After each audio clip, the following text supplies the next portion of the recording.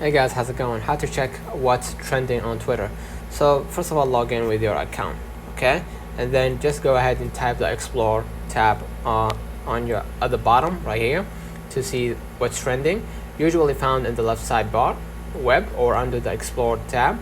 Click on the Explore to the magnifying glass icon, then go to the Trending tab to see trending topics and hashtags tailored to your location.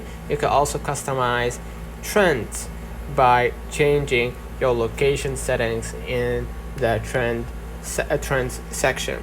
So let me know in the comments if this video helped you.